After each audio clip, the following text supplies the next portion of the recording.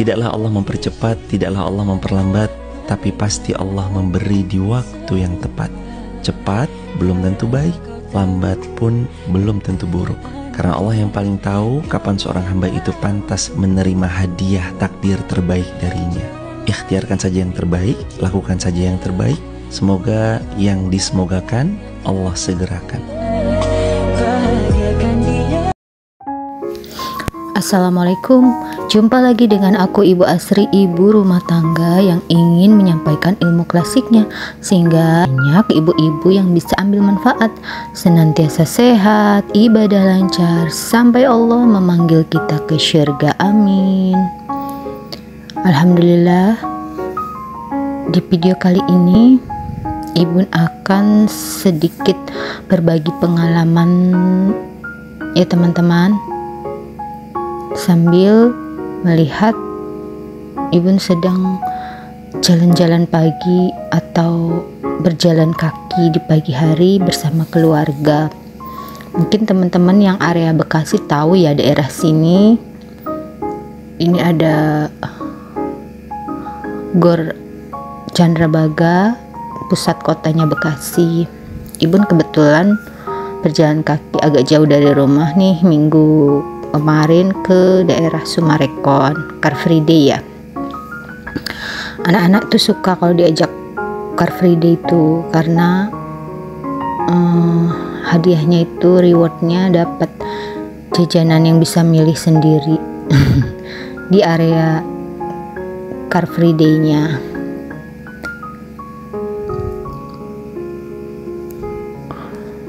Nah ini saat Car Free Day ini kami tuh terlalu pagi datangnya ya, jam 5 berangkat dari rumah, jadi sampai sana itu sekitar jam 6 kurang, setengah 6 lah. Dan otomatis jalan utamanya itu belum ditutup, jadi kita lewat trotoar aja dulu, nanti ketika sudah tutup baru kita melipir ke tengah gitu teman-teman. Mudah-mudahan video kali ini bisa menginspirasi ya teman-teman. Di sini Ibu bukan bermaksud menggurui atau sok merasa sudah paling melaksanakan pola hidup sehat, tidak. Ibu akan berbagi pengalaman saja. Mungkinnya ada teman-teman juga pasti yang merasakan yang sama ataukah yang berbeda, itu tergantung masing-masing pribadi, kita tidak bisa menyamakannya. Cerita flashback dulu, Ibu itu merantau ikut suami itu di tahun 2008 ke daerah Bekasi. Awalnya Ibu itu ada di daerah Lampung, Sumatera ya, Pulau Sumatera. Jadi itu di Pulau Sumatera Ibu sekolah dari kecil sampai kuliah dan bekerja ya. Setelah berkeluarga baru Ibu mengikuti suami karena beliau bekerja di Jakarta, dan Ibu pula tidak terikat ya kontrak waktu kerja di rumah sakit di Lampung. Jadinya mudah untuk mengikuti suami dengan resign ya. Nah, yang melatar belakangi Ibu itu untuk ikut Klasik Indonesia Medicine ini karena suami dapat tugas berlayar ke laut itu selama 2 bulan, kadang sebulan. Nah, itu yang mengharuskan Ibu untuk menjaga anak-anak sendiri di rumah karena orang tua kan karena Ibu merantau ya, orang tua jauh di Lampung. Nah, itu kerasa sekali. Terlebih anak masih kecil-kecil, harus mengantar mereka sekolah, mengurusi segala peralatan sekolah mereka. Itu saat itu Ibu masih mempunyai 3 anak. Yang kecil, anak ketiga itu di usia 1,5 tahun Ibu mulai masuk ke kelas Klasik Indonesia Medicine ini. Kebetulan belajarnya hanya seminggu sekali, dan itu pun di dekat rumah ya teman-teman. Nah, apa sih yang Ibu rasakan setelah belajar? awalnya ibu itu masih seperti menolak ya, karena antara ilmu klasik sama ilmu modern itu ada banyak perbedaan sudut pandang gitu. Jadi saat belajar pertama ibu tuh seperti kayak menolak dan mental gitu. Mental dalam arti kok begini ya, contohnya seperti ini. Saat di klasik ibu tuh belajar tentang daya tahan tubuh anak ya. Nah, di klasik anak itu tidak boleh terlalu dikenalkan berbagai macam makanan ya, apalagi fast food, frozen itu tidak boleh. Bukan tidak boleh ya, bener-bener diminimalisir ya. Karena kenapa? Karena akan menyebabkan banyak penyakit yang beraneka ragam di tubuhnya. Sedangkan pada saat itu ibu mikirnya, anak kalau nggak dikenalin dari kecil, ketika dia sedang pergi keluar atau merantau, dikenalkan dengan makanan lain, otomatis tubuhnya kan menolak ya, jadi malah jadi sakit dong. Ibu mikirnya seperti itu. Ini ilmu apa sih? Itu dulu ya, ilmu apa sih kok begini. Itu sempet antara pengen ngelanjut atau enggak gitu teman-teman, tapi ya sayang gitu kan ya, ibu sudah daftar, masa ibu nggak dilanjutkan belajarnya gitu. Nah pada saat itu ya sudahlah, jalankan saja gitu kan. Akhirnya setelah ibu jalankan itu tidak terasa sudah berjalan setahun ya, setahun setengah lah. Nah setahun setengah lalu dihadapi dengan COVID tuh. Saat sudah ingin menyusun karya tulis terakhir ya, ada COVID.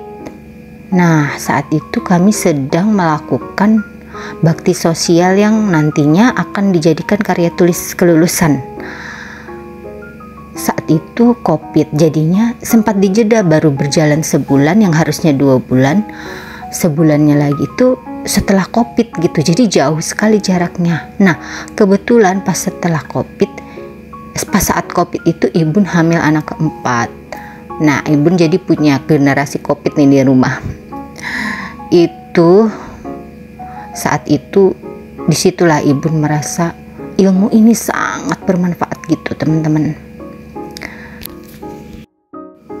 Nah pengalaman waktu COVID, ibu tuh kena serangan teman-teman. Saat anak ibu itu sudah lahir di usia 6 bulan, itu COVID lagi tingginya. Pada saat setelah itu mau menjelang Idul Adha, mungkin teman-teman juga di sini ada ya yang terkena ya. Dulu itu ibu terkena COVID-nya parah ya, lumayan, karena di situ ibu sedang capek ngurusin anak, ngurusin bayi, dengan 1 bayi dan 3 anak kecil-kecil, kemudian suami WFH, orang tua jauh, benar-benar terkekang ya, tidak bisa keluar. Itu saat itu yang ibu ingat, ibu tuh lemas, gak berdaya, sesak, semua dicek oksigen tuh hampir 66 ya, 60 kalau nggak salah. Sekeluarga didiagnosa terkena positif. Pada saat itu kebetulan ibu sedang mengalami kesedihan yang dalam karena berkaitan dengan baby blues, mengurus anak sendiri dan tidak pernah kontak keluar sama sekali. Bisa ya teman-teman juga merasakan mungkin ya. Nah pada saat itu kita cari ke rumah sakit, suami membawa ke Jakarta. Kebetulan pas kita dapat di rumah sakit Jakarta itu di daerah Cempaka Putih, alhamdulillah masih ada ruangan 1. Ibu tuh langsung masuk ke ruangan inap ya. Pada saat itu waktu mau masuk tol, suami ibu itu nggak boleh karena itu kan ketat, kita nggak boleh nyebrang dari Bekasi Jakarta ya, dengan harus diperiksa. Saat itu ibu sudah mengenakan oksigen, jadi polisi juga membolehkan karena ini darurat ya, mau ke rumah sakit. Nah kita sampai di rumah sakit itu situasi UGD itu Masya Allah riuh ya, maksudnya banyak sekali korban-korban COVID yang ada yang sekarat, ada yang masih dalam kondisi baik gitu. Pokoknya banyak sekali korban-korban COVID. Nah, saat itu ibu sempat menunggu 2 jam di UGD untuk mendapat kamar. Nah, di perjalanan itu sama suami ibu pasrah. Ibu sudah bilang pada suami kalau misalnya ibu nggak panjang umur, tolong urus anak-anak dengan baik, kata ibu seperti itu. Suami itu hanya diem dan aku malah dimarahin. Bunda diem aja, kata. Itu pengalaman banget ya. Itu posisi ibu sedang ada di dalam titik terendah ibu saat COVID. Tapi balik lagi ke takdir Allah ya. Di situ ibu benar-benar menata hati, ingat ilmu klasik. Ibu baru tercengang gitu saat keinget itu, saat posisi kritis itu ibu tuh teringat pesan Shinsei, paru-paru berkaitan dengan kesedihan yang mendalam.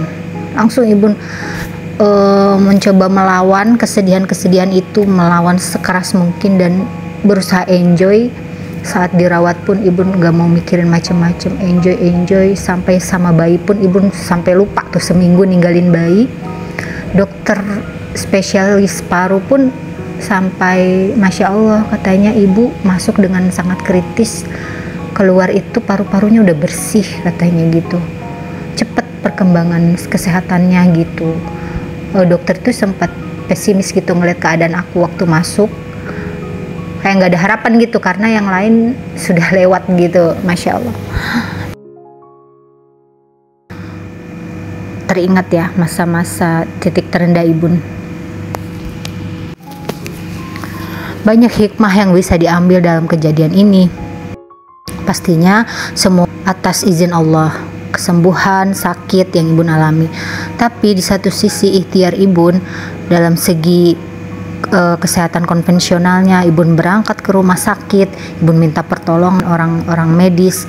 Kemudian di dalam hati sendiri ibu melawan rasa kesedihan itu dengan selalu ingat pesan Shinsei kalau kesedihan mendalam akan mencabik-cabik paru-paru. Pada saat itu paru-paru itu sangat diusahakan untuk tetap eksis karena COVID kan berkaitan erat dengan paru-paru gitu.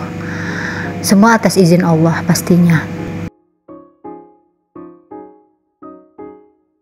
Hikmah yang lain, menjaga keseimbangan di dalam tubuh sendiri itu sangat penting karena nantinya kita dibutuh keluarga, mengurus anak-anak dan suami. Itu buat ibu-ibu rumah tangga, apalagi yang di pelosok yang nantinya jauh untuk ke fasilitas kesehatan. Walaupun ibu mempelajari ilmu klasik, tapi ibu sangat menghargai ilmu-ilmu konvensional juga. Di situ terjadi kerjasama yang harmonis ya antara klasik dan konvensional gitu. Nah, ibu ini sedang di Jembatan Sumarekon ya. Orang-orang Bekasi pasti tahu nih tempat Car Free Day. Oke, sampai di sini. Mudah-mudahan apa yang ibu sampaikan inspirasi dan bermanfaat ya teman-teman. Alhamdulillah setelah menerapi ilmu-ilmu klasik ini, ibu selama hampir setahun tuh nggak pernah minum obat kimia. Jadi ibu tuh hanya mengatur makanan sama menjaga keseimbangan ya, pola makan, pola tidur, pola iman, pola gerak kita gitu. Kalau merasa saat ini geraknya kurang, lebihkan dalam bergerak gitu aja sih teman-teman. Mungkin ini ya hikmahnya. Kemudian hal-hal yang kita pelajari mungkin manfaatnya belum sekarang kita dapat, nanti ke depannya kita akan merasakan manfaatnya. Hal-hal positif ya, apalagi kita sebagai konten kreator yang selalu menyimak video bermanfaat dari teman-teman itu, aku rasa seperti itu. Oke teman-teman, sampai di sini dulu video kali ini. Insya Allah kita bertemu di video selanjutnya. Assalamualaikum warahmatullahi wabarakatuh.